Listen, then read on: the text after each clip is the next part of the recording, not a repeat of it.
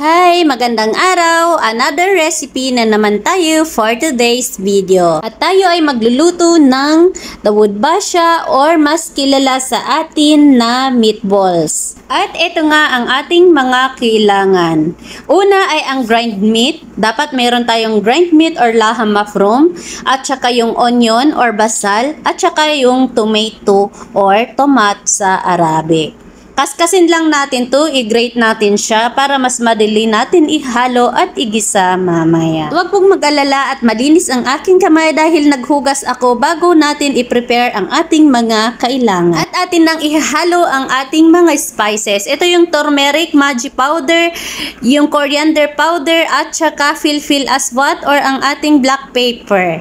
Naglagay rin ako ng konting asin dyan at ihalo-halo natin, i-mix natin hanggang ma-mix ng maayos, char. Nag-gloves na nga din ako dahil alam ko may mga tumataas na naman ng kilay dyan, charot.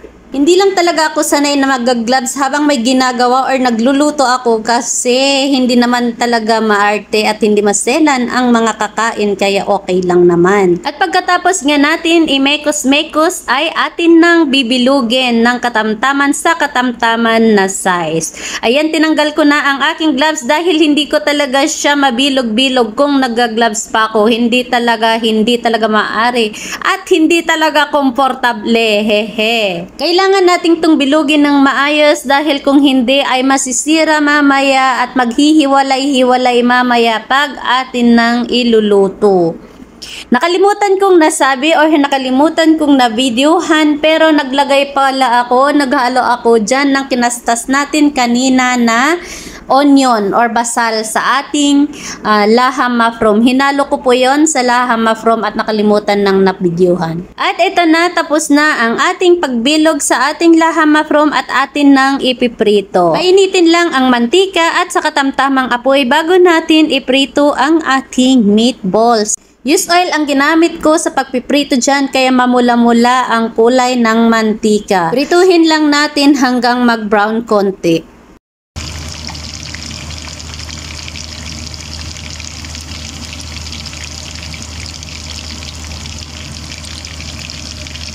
At pag nagganito na ang kulay ay atin nang tatanggalin at atin nang iluluto konti at ito ang itsura ng ating pritong meatballs. At pagkatapos natin iprito ang ating meatballs ay atin nang igigisa ang ating kinaskas kanina na onion or basal.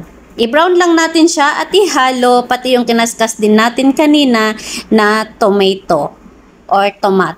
At lalagyan natin ito, natitimplahan natin ng salsal ng magic cubes at black pepper. Siyempre, hindi mawawala ang mga ito. Itimpla na natin sa basal at saka sa tomat na ating ginisa para maihalo natin siya ng maayos. Antayin lang natin na kumulo at lalagyan na natin ng tubig. Huwag masyadong damihan ang tubig. Konting tubig lang ang ating ilalagay, yung katamtaman lang.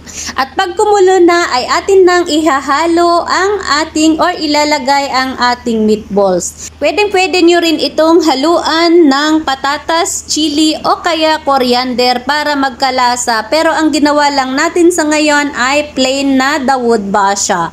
At pagkatapos ng ilang minuto ay tapos na. And this is it. Tapos na ang ating Dawood Basha Arab recipes. Bye!